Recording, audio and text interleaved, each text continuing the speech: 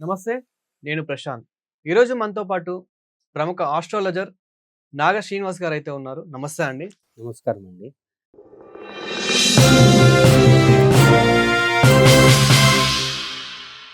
గురువుగారు, ఆస్ట్రాలజర్ అంటే ముఖ్యంగా మనకి పంచతోని ఇలా 3 నామాలు పెట్టుకొని అలా ఉంటారు. పిలిక పెట్టుకొని. కానీ మీరు మంచి సూట్ ఏసుకొని ఇంకా ఇలా స్టైలిష్‌గా రెడీ అయ్యారు.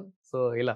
ఇప్పుడేంటంటే బ్రాహ్మణులు ఇలానే ఉండాలని చెప్పేసి డిజైన్ చేసి ఉంచారు. ఇప్పుడు కొన్ని కంపెనీలలో సీఈఓగా బ్రాహ్మణులున్నారు. హ్మ్. వాళ్ళు ఇలా వే వేసుకోవాల్సిందే. నేను నా కంపెనీకి సీఈఓగా ఫీల్ అవుతాను. నా ఓహ్! జ్యోతిష్యాలయంకి నేను సీఈఓ అని. Founder and CEO. హ్మ్. నేను చెప్పడం కూడా ఫౌండర్ అండ్ సీఈఓ ఆఫ్ శంఖవేద జ్యోతిష్యాలయం అని ఇంట్రొడ్యూస్ చేసుకుంటా. ఓకే. అలాంటప్పుడు సీఈఓ అన్నప్పుడు సీఈఓ లాగా ఉండాలి కాబట్టి నేను ఇలా ఉంటా. అంటే మీ దగ్గర నేర్చుకున్న వాళ్ళు గూడా మీలాగే ఉంటే మీకు పర్వాలేదా? పర్వాలేదు నాకు. ఓకే.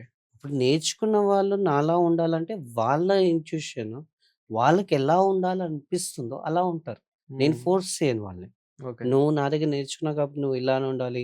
అతని దగ్గర నేర్చుకుంటే అలానే ఉండాలి అని ఏం లేదు. వాళ్ళకి ఎలా ఉండాలనిపిస్తే ఇదంతా జాతకం ప్రకారం వాళ్ళు అలా ఉంటారు. హ్మ్. ఇప్పుడు జాతకంలో వీనస్ బాగుందనుకోండి, పంచకట్లు తక్కువ కడతారు. హ్మ్. స్టైలిష్‌గా ఉంటారు. లగ్జరీని ఎంజాయ్ చేస్తారు. వీనస్ బావుంటే. జాతకంలో గురుడు బాగున్నాడనుకోండి, విద్య బావుంటుంది. హ్మ్. నేను ఎంఎస్సీ ఫిజిక్స్ చదివా.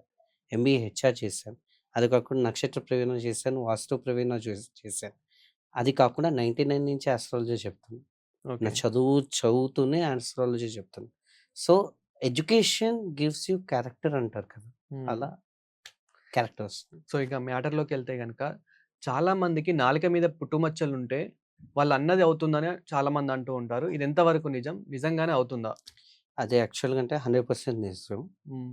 అది ఎందుకవుతుందంటే ఎప్పుడైతే వాళ్ళు పలుకుతారో, ఇప్పుడు మనం నాలుకతో పలుకుతున్నప్పుడు, మనది నాలుక పైన కిందకి టచ్ అవుతూ వస్తుంటుంది కదా! టచ్ అయినప్పుడు పుట్టుమచ్చ టచ్ అయినప్పుడు వాళ్ళు ఏదైతే మాట్లాడతారో అవన్నీ అవుతాయి. ఓకే. కొంతమంది మాట్లాడేటప్పుడు నాలుక టచ్ అవ్వకుండా మాట్లాడతారు చాలామంది. హ్మ్. పుట్టుమచ్చలుండి అలా టచ్ అవ్వకుండా మాట్లాడితే ఆ పనులన్నీ అవ్వవు. అన్ మెయిన్‌గా పైన టచ్ అవ్వాలి మాట్లాడేటప్పుడు. వాళ్ళు మోస్ట్‌లీ అంటే వాళ్ళ కుటుంబ సభ్యుల గురించి ఎక్కువ ఆలోచిస్తూ ఉంటారు. ఎక్కువ మాట్లాడుతూ ఉంటారు. అంటే లైక్ మా అన్నయ్య తొందరగా సెటిల్ గావాలి, మంచిగా సంపాదించాలి అని జెప్పేసి. కానీ అలాంటివి జరగవు గదా! అలాంటివి జరగవంటే స్వార్థం అక్కడ. హ్మ్. స్వార్థం అంటే ఏది కాదు. ఇప్పుడు దేవుడి దగ్గరికైనా వెళ్ళి స్వార్థపూరంగా దేవుడా నాకు ఇవాళ 5,00,00,000 ఇచ్చేయి అంటే ఇచ్చేస్తాడా 5,00,00,000 ఒక రోజులో? హ్మ్. రాదు. దానికొక స్ట్రాటజీ ఉంటుంది. దానికొక టైమింగ్ ఉంటుంది. అలా అని చెప్పేసి స్వార్థపూరితంగా ఏది అడిగినా కానీ నాలుక మీద కాదు ఎంత బ్రహ్మ తపస్సు చేసినా అవ్వదు.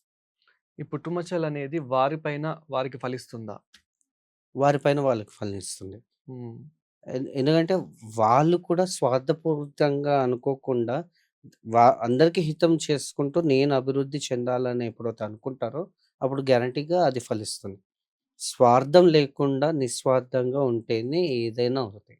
ఇంకొకటి బయట చాలా వింటూ ఉంటాము. అంగం మీద పుట్టుమచ్చ ఉంటే వాళ్ళకెక్కువ కామం ఉందని జెప్పేసి, అదే విధంగా అమ్మాయిలెక్కువ అట్రాక్ట్ అవుతారని జెప్పేసి, ఆకర్షించిన ఎక్కువ అవుతుందని జెప్పేసి చాలా వింటూ ఉంటాం. ఇది ఎంతవరకు నిజం?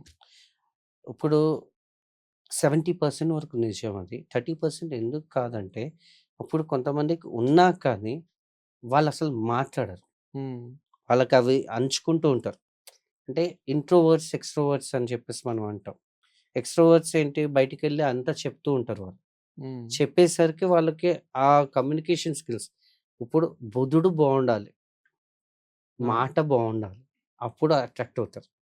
చూసినంత మాత్రాన ఈ మధ్య పుట్టుమచ్చ ఉన్నంత మాత్రాన చూసినంత మాత్రాన అందరూ అట్రాక్ట్ అవుతారని మాత్రం లేదు. హ్మ్. మన మాట బావుండాలి. మన ప్రవర్తన బావుండాలి. అన్నీ బావుంటేనే అట్రాక్ట్ అవుతాం. ఒకప్పుడు ఏం లేకపోయినా కానీ, ఏం చూసేవారు కాదు కాబట్టి, అప్పుడు అట్రాక్ట్ అయ్యేవారు. ఓకే.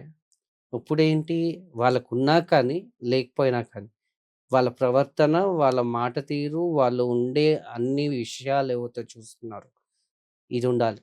హ్మ్. ఇది లేనిది మనిషి మాట్లాడట్లేదు. సో, ఈ పుట్టుమచ్చల వల్ల భవిష్యత్తు నిర్ణయించబడుతుందా? లేదంటే ఆ భవిష్యత్తు వల్లనే పుట్టుమచ్చలొస్తూ ఉంటాయా?